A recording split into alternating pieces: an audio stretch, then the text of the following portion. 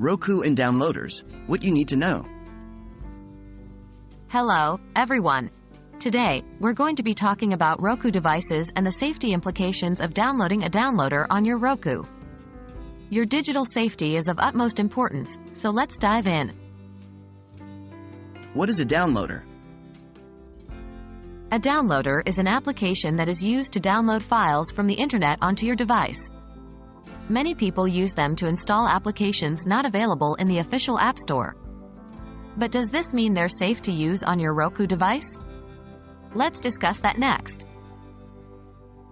Can you download a downloader on Roku? The answer here is a bit complex.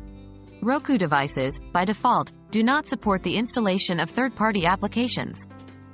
This means that if you find a downloader that claims it can be installed on your Roku, it's likely not supported by Roku officially. It's important to remember this as it could have implications for the safety and warranty of your device. Is it safe to download a downloader on Roku? In most cases, it's not recommended or safe to download a downloader on your Roku device. There are a few reasons for this. Firstly, Roku's operating system is not designed to handle third-party applications, meaning you could encounter bugs or crashes.